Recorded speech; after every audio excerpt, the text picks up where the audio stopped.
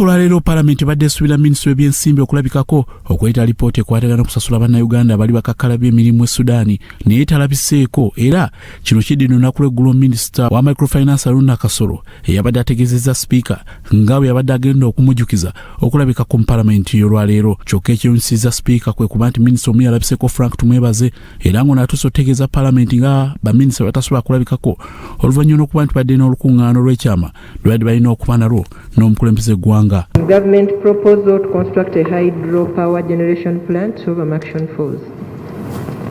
Chair of the committee. Absent. Again, I don't see the Minister of Finance. Item 3.2. Yes, Honorable Machu.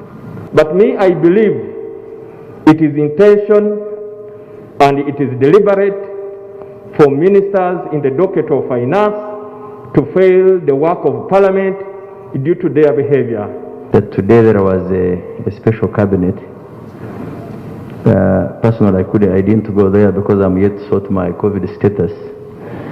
So most ministers and the lead of government business could be still held up in cabinet.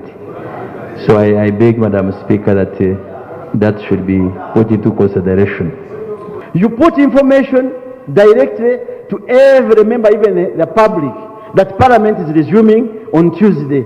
We who are responsible, who are carrying out our duty are here. Then the minister is coming in to defend his fellow ministers, meaning that he has tried to disobey the president who called them. So is in order, Madam Speaker. Members, I have no information about any cabinet meeting. I'm aware that cabinet meeting takes place on Mondays.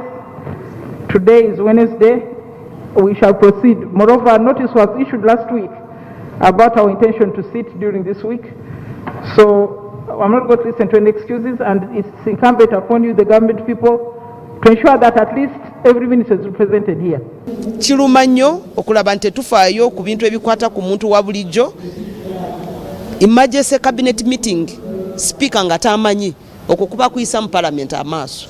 Speaker n'abayita nagamba mujje munyonyole eri ababaka abakiikira abantu baabwe ku nsonga ezifa mu nsi ne mugamba tuli mu emergency meeting ate nga temuti n'abatulonda tebamanyi loolo za mbaka wa Parliament okwo kusomooza kunene kati omubaka atandise okulowooza nti nzijira ki mu Parliament okukola ku mateeka nga gano golaba galiwo kati saawe waliwo amateeka agagenda okunyiga omuntu oba omumotaasa. So babanga kyebazze kiba si kirungi kubanga emirimu gya Parliament giba kyejja kutambula bulungi nga bwe kiteekeddwa kutambula.